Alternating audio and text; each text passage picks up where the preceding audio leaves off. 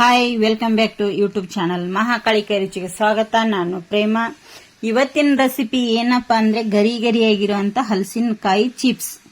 ನೋಡಿ ಎಷ್ಟು ಚೆನ್ನಾಗಿ ಗರಿ ಗರಿಯಾಗಿ ಬಂದಿದೆ. ಈ ಮಳೆಗಾಲಕ್ಕಂತೂ ತುಂಬಾ ಇಷ್ಟ ಆಗುತ್ತೆ. ಚಹಾ ಕಾಫಿ ಒಂದಿಗೆ ಅಷ್ಟು ಸಖತ್ತಾಗಿರುತ್ತೆ. ಚಹಾ ಕಾಫಿ ಒಂದಿಗೆ ಅಷ್ಟೇ ಅಲ್ಲ ರೀ, 1 ವರ್ಷದವರೆಗೂ ನಾವು ಮಾಡಿಟ್ಟು ತಿನ್ಬೋದು. ಅಂಗಡಿಯಲ್ಲಿ ತರ್ಲಿಕ್ಕೆ ಹೋದ್ರೆ ತುಂಬಾ ಕಾಸ್ಟ್ಲಿ. ಇದು ಮನೆಯಲ್ಲಿ ಗಿಡ ಇದ್ರೆ ನೀವು ಈ ತರ ಮಾಡ್ಕೊಂತೀನಿ. ಹೇಗೆ ಮಾಡೋದಂತೇಳಿ ನೋಡೋಣ ಬನ್ನಿ.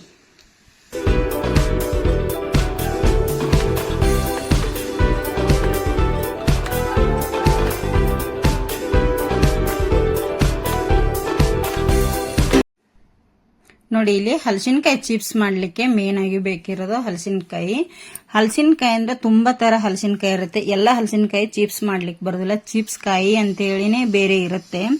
ಪದಾರ್ಥ ಮಾಡೋದು ಬೇರೆ, ಹಣ್ಣು ತಿನ್ನೋದು ಬೇರೆ, ಮತ್ತೆ ಉಪ್ಪಿಗೆ ಹಾಕೋದು ಬೇರೆ ಇರುತ್ತಲ್ಲ.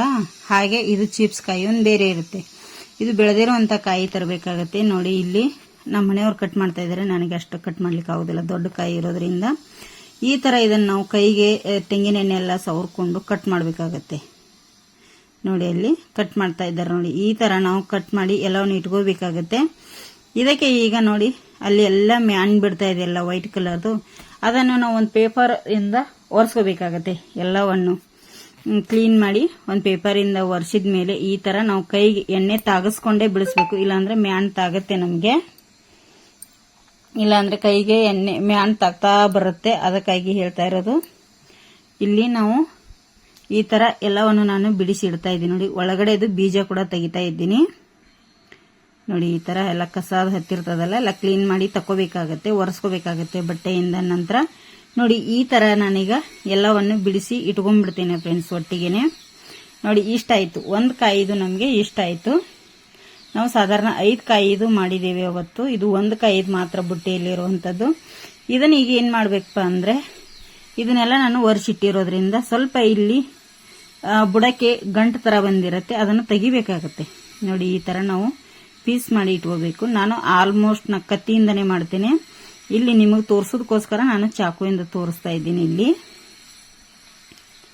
ಚಾಕುವಿಂದ ತೋರಿಸ್ತಾ ಇದ್ದೀನಿ. ಇಲ್ಲಿ ಕತ್ತಿಯಿಂದನೇ ಮಾಡಬೇಕು, ತುಂಬಾ ಚೆನ್ನಾಗಿ ಬರುತ್ತೆ ಕತ್ತಿಯಿಂದ ಮಾಡಿದ್ರೆ. ಈ ತರ ಎಲ್ಲವನ್ನು ನಾನೀಗ ಕಟ್ ಮಾಡಿ ಇಟ್ಕೋತೇನೆ. ನೋಡಿ ನೋಡಿ, ಒಂದ್ ಬುಟ್ಟಿ ಇತ್ತಲ್ಲ, ಅದು ಸಣ್ಣ ಬುಟ್ಟಿಯಿಂದ ಒಂದು ಬುಟ್ಟಿ ಆಗಿದೆ. ಇನ್ನು ಸ್ವಲ್ಪ ಇದೆ ಕಟ್ ಮಾಡೋದು. ನಾನು ಕಟ್ ಮಾಡ್ಕೊಂತಾನೆ ಎಣ್ಣೆಯಲ್ಲಿ ಫ್ರೈ ಮಾಡ್ಬೇಕಂತೇಳಿ ರೆಡಿ ಮಾಡಿದ್ದೇನೆ. ನೋಡಿ, ಇಷ್ಟ ಈ ತರ ದಪ್ಪ ದಪ್ಪದಾಗಿ ಕಟ್ ಮಾಡಬೇಕು. ಎಣ್ಣೆಯಲ್ಲಿ ಫ್ರೈ ಮಾಡುವಾಗ ಚಿಕ್ಕ ಚಿಕ್ಕದಾಗಿ ಆಗುತ್ತೆ, ಅದು ಗಟ್ಟಿಯಾಗಿ ಬರುವಾಗ. ನೋಡಿ, ಇಲ್ಲಿ ಎಣ್ಣೆ ಕೂಡ ಕಾಯ್ಲಿಕ್ಕೆ ಇಟ್ಟಿದ್ದೇನೆ. ಎಣ್ಣೆ ಇದು ತೆಂಗಿನ ಎಣ್ಣೆ ಇದೆ ಕಾಯ್ಲಿಕ್ಕೆ. ತೆಂಗಿನ ಎಣ್ಣೆಯಲ್ಲಿ ಕರೆದ್ರೆನೆ ತುಂಬಾ ಚೆನ್ನಾಗಿ ಬರುತ್ತೆ. ಇದು ತೆಂಗಿನ ಎಣ್ಣೆ ಹಾಕಿದ್ದೇನೆ. ಇಲ್ಲಿ ಎಣ್ಣೆ ಕೂಡ ಕಾದಿದೆ. ನೋಡಿ, ಈ ತರ ಅದು ಎಣ್ಣೆಯಲ್ಲಿ ಎಷ್ಟು ಹಿಡಿಯುತ್ತೆ ಅಷ್ಟನ್ನು ನಾವಿಲ್ಲಿ ಹಾಕಬೇಕಾಗತ್ತೆ. ಕಾದ ನಂತರ ಎಷ್ಟು ಅದು ಎಣ್ಣೆಯಲ್ಲಿ ಹಿಡಿಯುತ್ತೆ ನೋಡಿ, ಅಷ್ಟನ್ನು ಹಾಕಬೇಕು. ಹಾಕಿದ ತಕ್ಷಣ ಯಾರು ತಿರುಲಿಕ್ಕೆ ಹೋಗ್ಬೇಡಿ. 2 ರಿಂದ 3 ನಿಮಿಷ ಹಾಗೆ ಬಿಟ್ಬಿಡಿ. ಅದರೊಳಗಡೆ 2 ರಿಂದ 3 ನಿಮಿಷ ಹಾಗೆ ಬಿಟ್ಟ ಮೇಲೆ ಸ್ವಲ್ಪ ನಮಗೆ ಗುಳ್ಳೆ ಕಮ್ಮಿ ಆಗತ್ತೆ. ಆವಾಗ ಇದನ್ನ ನಾವು ಸ್ಪೂನಿಂದ ತಿರುಗಿಸ್ಕೋಬೇಕಾಗತ್ತೆ. ನೋಡಿ, ಈಗ ಗುಳ್ಳೆ ಕಮ್ಮಿ ಆಗ್ತಾ ಬಂತಲ್ಲ, ಚಿಪ್ಸ್ ಎಲ್ಲ ಮೇಲೆ ನಿಮಗೆ ಕಾಣ್ಲಿಕ್ಕೆ ಸ್ಟಾರ್ಟ್ ಆಯ್ತು. ನೋಡಿ, ಅವಾಗ ಎಣ್ಣೆ ಜಾಸ್ತಿ ಕಾದಿರೋದ್ರಿಂದ ಕಾಣ್ತಿರ್ಲಿಲ್ಲ ನಮಗೆ ಅಷ್ಟೊಂದು. ಹಾಗಾಗಿ ಈಗ ಇದನ್ನ ನಾನು ಏನ್ ಮಾಡ್ತೀನಿಪ್ಪ ಅಂದ್ರೆ ಸ್ವಲ್ಪ ತಿರುಗಿಸ್ಕೊಂಡ್ಬಿಡ್ತೇನೆ. ಇಲ್ಲಿ ನೋಡಿ, ಒಂದು ಬೌಲಿಗೆ ನಾನು ಸ್ವಲ್ಪ ನೀರು ತಗೊಂಡಿದ್ದೇನೆ. ಸ್ವಲ್ಪ ಅಂದ್ರೆ ಒಂದು ಅರ್ಧ ಲೋಟದಷ್ಟು ನೀರು ತಗೊಂಡಿದ್ದೇನೆ. ಅದಕ್ಕೆ ದೊಡ್ಡ ಸ್ಪೂನಿಂದ 1 ಸ್ಪೂನು ಪುಡಿ ಉಪ್ಪು ಹಾಕ್ತಾ ಇದ್ದೀನಿ. ಇದನ್ನ ನಾವು ಉಪ್ಪಣ್ಣೀಗ ಸ್ಪೂನಿಂದ ಕರಗಿಸ್ಕೋಬೇಕಾಗತ್ತೆ. ಅಂದ್ರೆ ನೀಟಾಗಿ ನೀರಲ್ಲಿ ಇದು ಎಲ್ಲ ಕರಗಬೇಕು ಚೆನ್ನಾಗಿ. ನೋಡಿ, ಈ ತರ ಕರಗಿದ್ಮೇಲೆ ಇದನ್ನ ಸೈಡಿಗೆ ಎತ್ತಿಡ್ತೇನೆ. ಇಲ್ಲಿ ನೋಡಿ, ಅಷ್ಟರಲ್ಲಿ ಎಲ್ಲವನ್ನು ಗುಳ್ಳೆ ಕೂಡ ಕಮ್ಮಿ ಇದೆ. ಈಗ ತಿರುಗಿಸ್ಕೋತೇನೆ. ನೋಡಿ, ಸ್ವಲ್ಪ ಗಟ್ಟಿ ಬಂದಿರುತ್ತೆ ನಮ್ಗೆ. ಈಗ ಅವಾಗ ತಿರುಗಿಸ್ಲಿಕ್ಕೆ ಒಳ್ಳೇದಾಗುತ್ತೆ, ಬಿಡಿ ಬಿಡಿಯಾಗಿ ಬರುತ್ತೆ. ನಾವು ಸಡನ್ಲಿ ಹಾಕಿದ ಕೂಡಲೇ ಮೆತ್ತಗಿರುತ್ತಲ್ಲ, ಎಣ್ಣೆಯಲ್ಲಿ ಒಂಥರ ಇದು ಆಗಿಬಿಟ್ಟಿರುತ್ತೆ. ಅದಕ್ಕಾಗಿ ಅವಾಗ ಹಾಕಿದ ತಕ್ಷಣ ತಿರುಗಿಸ್ಲಿಕ್ಕೆ ಹೋಗಬೇಡಿ. ಇದು 1 ವರ್ಷ ಇಟ್ಟರು ನಮಗೆ ಕೆಡುವುದಿಲ್ಲ ಫ್ರೆಂಡ್ಸ್. 1 ವರ್ಷದವರೆಗೂ ಫ್ರಿಜ್ ಅಲ್ಲಿ ಇಟ್ಕೋಬೇಕಂತೇನು ಅವಶ್ಯಕತೆ ಇಲ್ಲ. ಒಂದು ಕಾಜಿನ ಡಬ್ಬದಲ್ಲಿ ಹಾಕಿ ಇಟ್ಕೊಂಡ್ಬಿಟ್ರೆ ತುಂಬಾ ಚೆನ್ನಾಗಿರುತ್ತೆ. ಈಗ ಇದು ಚೆನ್ನಾಗಿ 20 ನಿಮಿಷ ಆದ್ಮೇಲೆ ಚೆನ್ನಾಗಿ ಫ್ರೈ ಆಗಿದೆ. ಈಗ ಇದಕ್ಕೆ ನಾನು 1 ರಿಂದ 2 ಟೇಬಲ್ ಸ್ಪೂನ್ ಅಷ್ಟು ಎಣ್ಣೆಯಲ್ಲೇನೆ ಹಾಕ್ತಾ ಇದ್ದೀನಿ. ಉಪ್ಪಿನ ನೀರನ್ನು ನಾನು ಸಪರೇಟ್ ಆಗಿ ಅಲ್ಲ, ಎಣ್ಣೆಯಲ್ಲೇ ಹಾಕ್ತಾ ಇದ್ದೀನಿ. 1-2 ಟೇಬಲ್ ಸ್ಪೂನ್ ಅಷ್ಟು ಉಪ್ಪನ್ನು ನೀವು ನೋಡ್ಕೊಂಡು ಹಾಕೊಳ್ಳಿ, ಜಾಸ್ತಿ ಉಪ್ಪು ಮಾಡ್ಲಿಕ್ಕೆ ಹೋಗಬೇಡಿ. ಈಗ ನೋಡಿ ಇದು ಗುಳ್ಳೆ ಬರ್ಲಿಕ್ಕೆ ಸ್ಟಾರ್ಟ್ ಆಯ್ತಲ್ಲ, ಉಪ್ಪಿನ ನೀರು ಹಾಕಿದ ತಕ್ಷಣ ನಾವು ಸ್ಪೂನಿಂದ ಒಂದು ಸ್ವಲ್ಪ ತಿರುಗಿಸ್ತಾ ಹೋಗಬೇಕು, ಎಲ್ಲದಕ್ಕೂ ಉಪ್ಪು ತಾಗಬೇಕಲ್ಲ. ಹಾಗಾಗಿ 15-20 ನಿಮಿಷ ಆದಮೇಲೆ ನೋಡಿ ಉಪ್ಪನ್ನು ಹಾಕಿ ಈ ಥರ ನಾನು ತಿರುಗಿಸ್ತಾ ಇದ್ದೀನಿ.